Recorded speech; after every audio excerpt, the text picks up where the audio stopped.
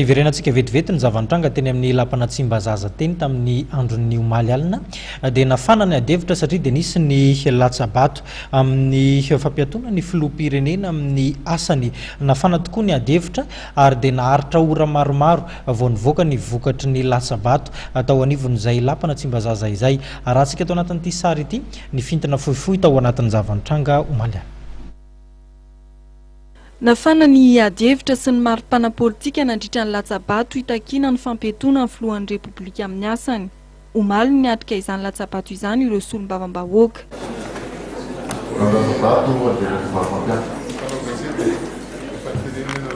Solombavam-bahoaka raika amin'ny 20 tamin'ireo 4 nandatsabato no nandaniny fitsipahana ny filoham-pirenena Rajonar Mampianina Hery.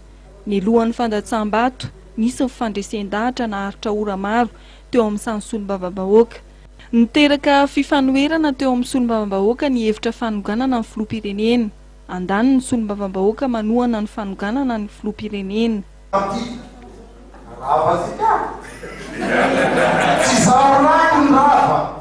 Petit Assemblée nationale l'entour. Kahua mizali. Aleu mantav. Tuzai mafai.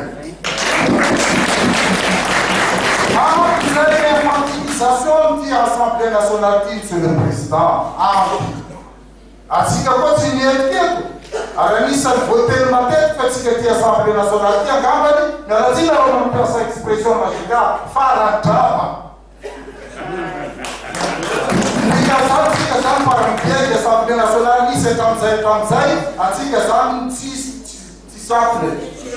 0. Quand aller au Tika, à Ceutica, au Tika, c'est la Mazan, Faumiste, à Funda, à Pérez.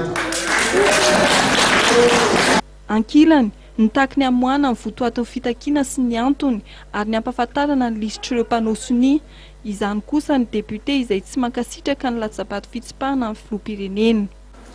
Amin'ny déchéance na filoham-pirenena io izay isina sonia 115 député io satria raha manao ny débat isika ny raha edivana eto raha tsy fantatra hoe inona marina ny fitoriana atao amin'ny filoham-pirenena.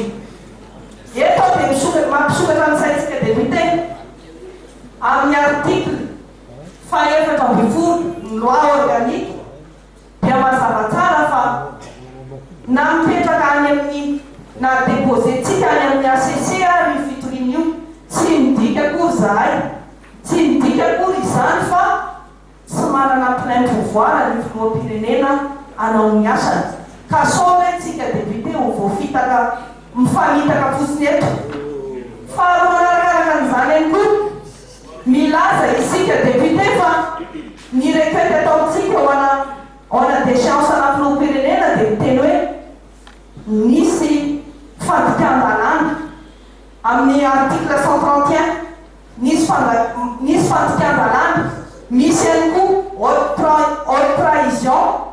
Izay zavatra izay dia amarinao anay député eto ary hoe inona ilay fandikan-dalàna nataon'ny filoham-pirenena, inona ilay haute trahison nataon'ny filoham-pirenena.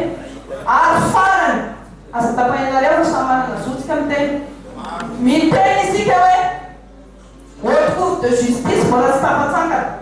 Io anie tsy voatery hoe tafatsangana anatin'ny 12 volana maha-filoham-pirenena anazy, afaka efa nanomboka izy ary afaka na 12 volana izy efa filoham-pirenena afaka mametraka an'io ampilaminana. Ireo solombavam-bahoaka mpanohana ny filoham-pirenena Rajonar Mampianina no nandrangaranga ny fisiana fangalara-tsonia. Araka ny fanazavan'izy ireo dia tsy teto Antananarivo ireo mpanao sonia sasany tamin'ny fotoana nanatanterahana izany lisitra izany sy ny nampidiran'izany teny anivon'ny Bromaharitra ny anteny meram-pirenena. Na dia nisy aza nefa izay fanoherana izay.